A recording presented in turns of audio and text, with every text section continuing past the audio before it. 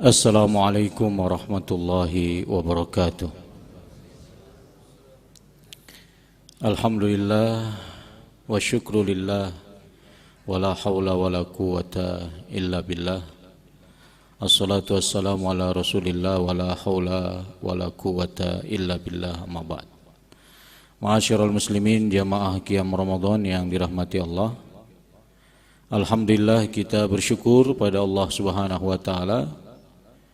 Pada malam hari ini kita sudah memasuki 10 malam terakhir sejak terbenamnya matahari tadi.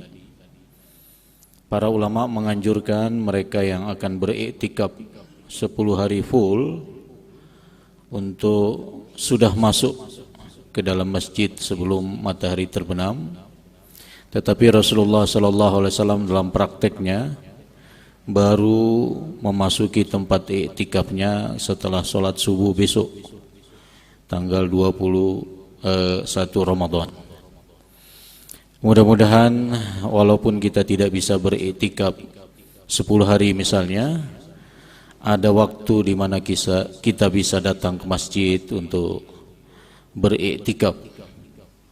Karena di antara para ulama ada juga yang mengatakan tidak ada batasan minimal berapa lama untuk beriktikaf.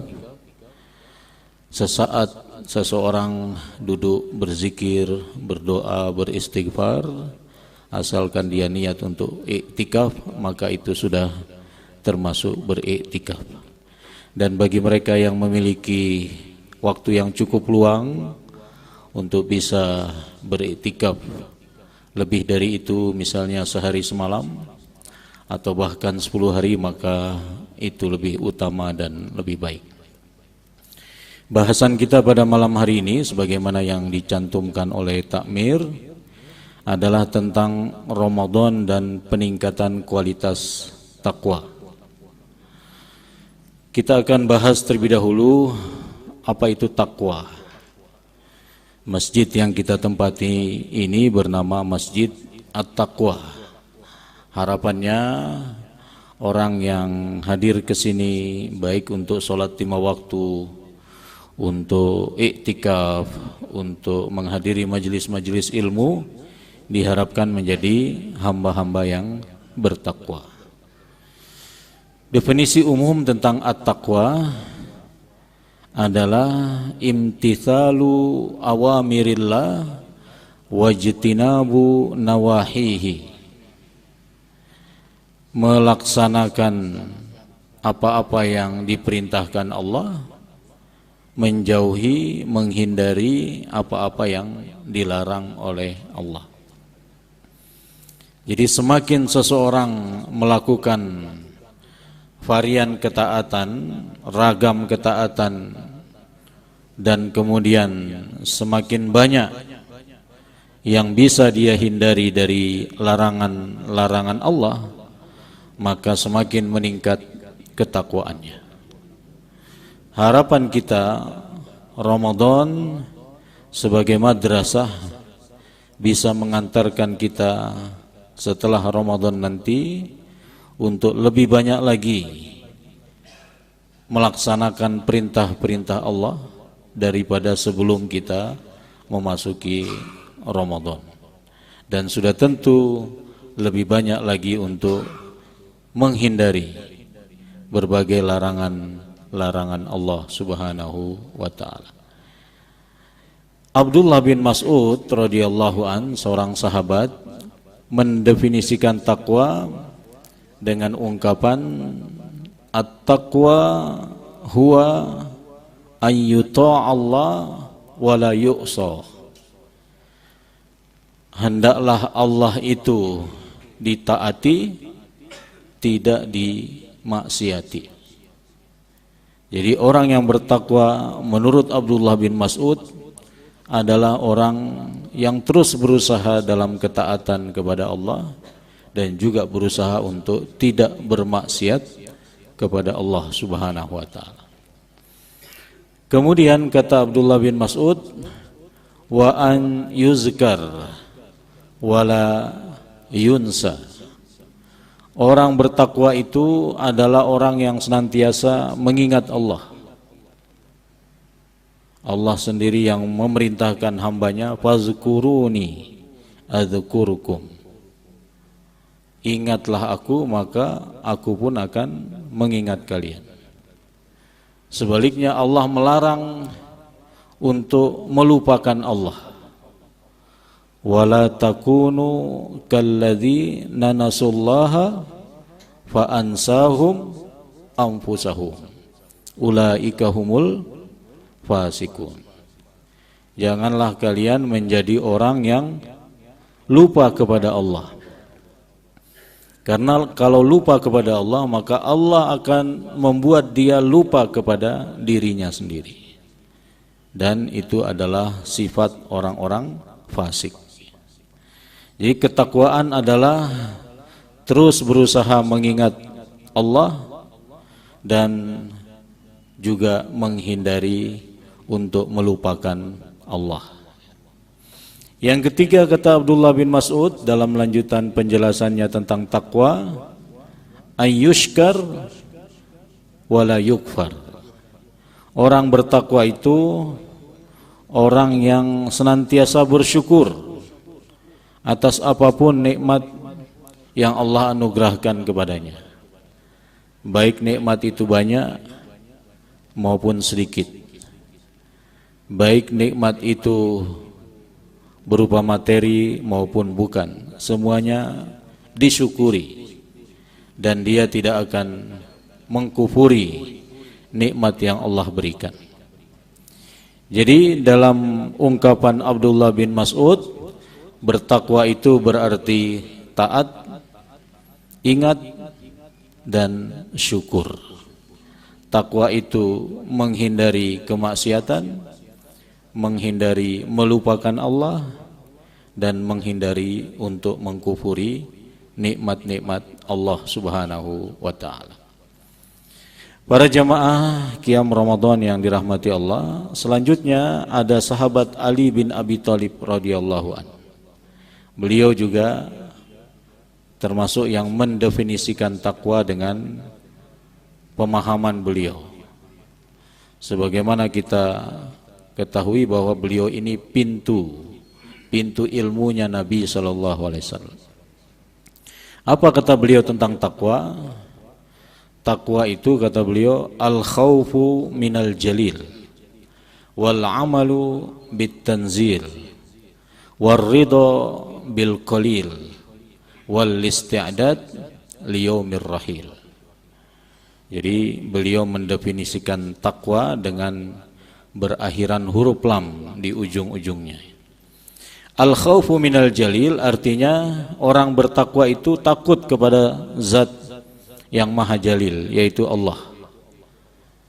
Dia takut terhadap ancaman siksa api neraka yang panasnya, kata Nabi, 70 kali lipat dari panas api di dunia ini. Inna narakum hadhihi juz'un min sab'ina nari jahannam. Sesungguhnya api kalian yang ada di dunia ini hanya 1/70, hanya satu bagian dari 70 bagian panasnya api neraka. Jadi 1/70 api neraka adalah panasnya api dunia. Jadi hamba yang bertakwa itu adalah yang selalu takut untuk melakukan kemaksiatan, baik dalam bentuk tidak melaksanakan perintahnya, seperti tidak puasa, tidak sholat, tidak zakat padahal sudah memenuhi syarat untuk zakat, tidak haji padahal sudah memiliki harta untuk itu, dan seterusnya. Dia juga takut kepada Allah dalam pengertian bahwa dia tidak akan melanggar larangan-larangan Allah Subhanahu wa ta'ala. Yang kedua kata Ali bin Abi Thalib, wal amalu bit tanzil, mengamalkan apa yang sudah diturunkan berupa wahyu, baik wahyu itu lafaz dan maknanya dari Allah yaitu Al-Quran, maupun wahyu itu lafaznya dari Rasulullah tapi maknanya dari Allah yaitu berupa hadis. Karena Nabi tidak pernah berbicara sesuai dengan hawa nafsunya. Apa yang beliau sampaikan berupa sabda adalah wahyu dari Allah Subhanahu wa taala. Wa ma yantiqu anil hawa in huwa illa wahyun yuha. Jadi mengamalkan, orang bertakwa itu mengamalkan apa yang Allah turunkan baik berupa Al-Qur'an maupun hadis. Yang ketiga kata Ali bin Abi Thalib, orang bertakwa itu senantiasa ridho, senantiasa qanaah dengan apapun pemberian Allah, walaupun qalil, walaupun sedikit. Jadi dia tidak pernah mengeluh. Dia menghayati benar firman Allah, innal insana li rabbihi lakanud. Manusia itu sangat kufur terhadap Tuhannya. Padahal sudah banyak Allah berikan nikmat, masih mengeluh-mengeluh saja. Nah, itu makna al-kanud. Banyak mengeluh dalam kehidupan ini. Orang bertakwa akan ridho, akan merasa qanaah dengan apapun pemberian Allah, walaupun yang dia terima qalil atau sedikit. Dan yang tidak kalah pentingnya yang keempat, orang bertakwa itu wal isti'dad liyaumir rahil. Hidupnya selalu mempersiapkan untuk kehidupan akhirat. Jadi dunianya ini dia pakai untuk mempersiapkan bekal. Karena dia meyakini bahwa kehidupan dia yang sesungguhnya adalah akhirat. Supaya dia tidak menyesal sebagaimana yang difirmankan Allah dalam surat Al-Fajr, penyesalan orang kafir, yaqulu ya laitani qaddamtu li hayati. Orang kafir berkata, aduhai, apa yang telah aku persiapkan untuk kehidupanku yang sesungguhnya, yaitu kehidupan akhirat. Nah, inilah takwa. Nah, bagaimana kemudian kita mencoba meningkatkan kualitas takwa? Di dalam Al-Quran, kata takwa dengan segala derivasinya, dengan segala bentuk katanya, itu berjumlah 115. Dan seringkali Allah memerintahkan hambanya untuk bertakwa. Kenapa perintah takwa itu berulang-ulang, bahkan digandengkan dengan amalan-amalan yang lain? Ini menunjukkan betapa pentingnya setiap hamba mukmin untuk memperhatikan peningkatan kualitas takwanya. Dalam konteks dengan Ramadan, maka kita bisa melihat peningkatan kualitas takwa itu dari penyebutan Ramadan itu sebagai bulan tertentu. Misalnya pertama Nabi menyebut bulan Ramadan dengan syahrun mubarak. Ramadan adalah bulan yang penuh dengan keberkahan. Keberkahan itu artinya az-ziyada fil khairi wal ajr, bertambahnya kebaikan, bertambahnya pahala. Maka orang mukmin yang ingin meningkatkan kualitas takwanya, dia akan berperan untuk melakukan amalan-amalan ketaatan yang di dalam bulan ini bernilai berkah. Dia akan berusaha menjaga sholat 5 waktu secara berjamaah. Dia akan berperan untuk sedekah di pagi hari.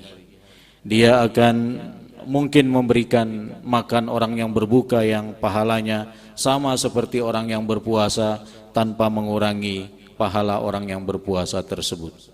Dan dia mungkin juga akan datang untuk mengambil keberkahan sholat taraweh berjamaah. Karena orang yang sholat taraweh dengan penuh keimanan dan mengharap pahala dari sisi Allah, akan diampuni dosa-dosanya yang telah lalu. Dia juga akan mengambil keberkahan sahur dan berbagai keberkahan-keberkahan lainnya, termasuk keberkahan suatu malam yang lebih baik dari 1000 bulan, yaitu Lailatul Qadar.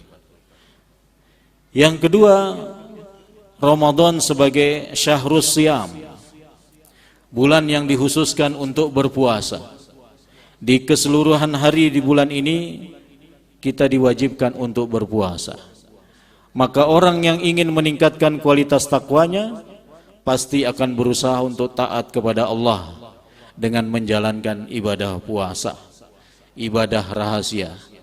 Dia tidak akan terpengaruh mungkin dengan teman sejawatnya, dengan teman di sekitarnya yang masih belum mau berpuasa, masih tidak berkenan untuk mentaati Allah lewat amalan puasa.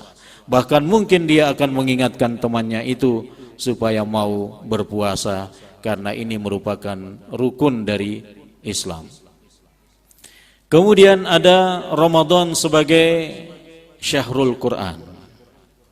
Orang yang bertakwa, yang meningkatkan kualitas takwanya, akan terus berusaha berinteraksi dengan Al-Quran, karena dia tahu bahwa Ramadan dipilih oleh Allah sebagai bulan diturunkannya Al-Quran, sehingga dia tidak absen untuk membacanya setiap hari, melakukan tadabbur, berusaha memahami ayat-ayatnya, bahkan mungkin menghafalnya, mengamalkannya dalam kehidupan sehari-hari, dan lain sebagainya, berbagai bentuk muamalah atau interaksi dengan Al-Quran.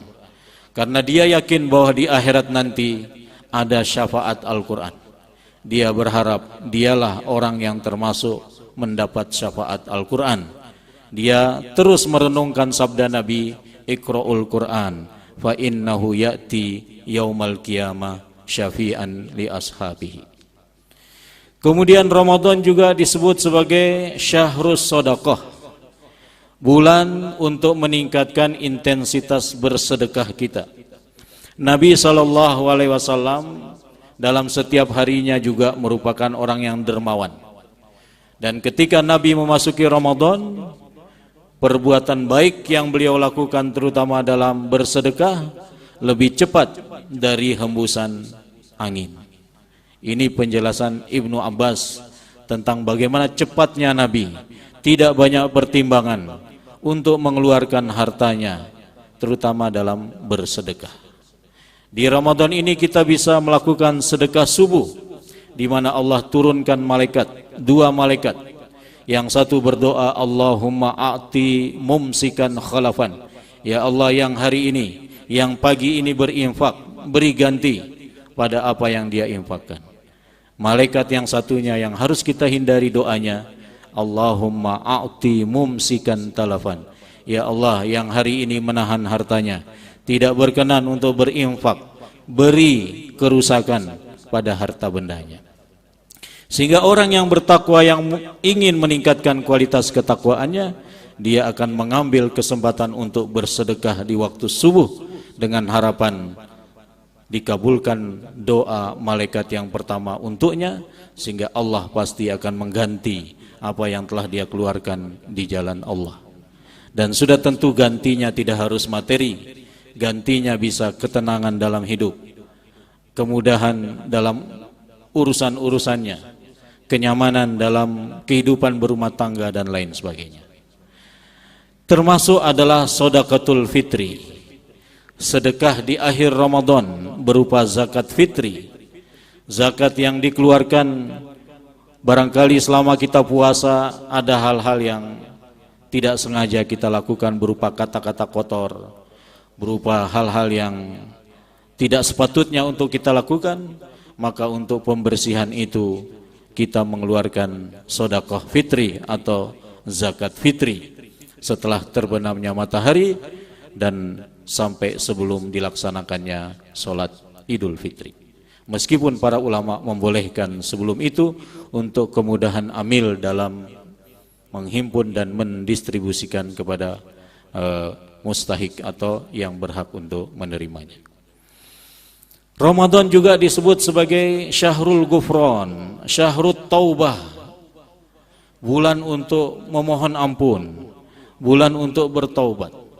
Maka orang yang ingin meningkatkan kualitas takwanya akan mengambil kesempatan-kesempatan melakukan amalan-amalan yang mendatangkan ampunan Allah, berpuasa misalnya, atau kemudian selalu tidak meninggalkan sholat tahajud atau sholat tarawih atau qiyam Ramadan, karena kedua-duanya akan mendatangkan ampunan Allah.